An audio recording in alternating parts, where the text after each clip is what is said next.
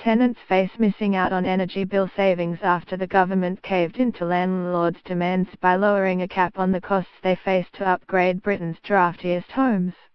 Landlords must improve the energy efficiency of F and G-rated homes from next April under new regulations designed to protect vulnerable tenants and cut carbon emissions.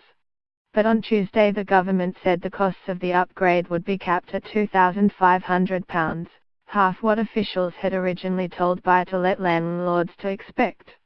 The total energy bill savings is put at £337 million less as a result. The government's own assessment warned that the lower cap means only 139,200 households in England and Wales will benefit from better insulation by April 2020. That is 121,000 fewer than if the cap was at £5,000. Campaigners and industry groups said the change left ministers' ambitions of tackling fuel poverty in tatters.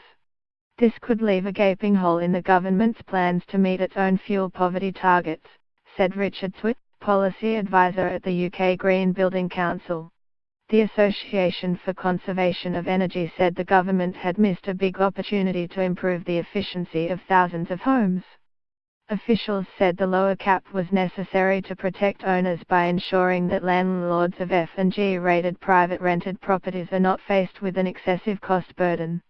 The government also said the changes were necessary because landlords' access to finance for energy-saving measures had become harder since the policy was first proposed. One green energy charity accused Theresa May of putting landlords' interests ahead of tenants.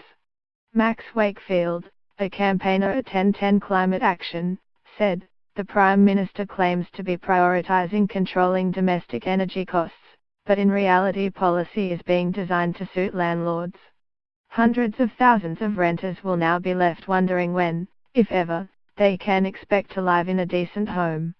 But the National Landlords Association was not happy either, calling the proposal a complete farce. It said there was a risk landlords who still could not afford the upgrades would leave properties empty and unimproved. The government clearly thinks that landlords have cash to spare, just when its own changes to landlord taxation will soon be increasing the cost of providing homes to rent, said Richard Lambert, the group's chief executive. There are around 267,000 private rental homes in England in the worst energy bands, F and G, with a further 13,000 in Wales. Fuel poverty group National Energy Action said that 122,000 of those tenants in England were suffering the worst extremes of fuel poverty, paying over £1,000 more for electricity and gas than households not living in poverty. Ed Davey, Liberal Democrat MP and the former energy minister who created the regulations, said the change undermined commitments made in the government's recent climate change master plan. The Clean Growth Strategy said it was taking fuel poverty and energy efficiency seriously.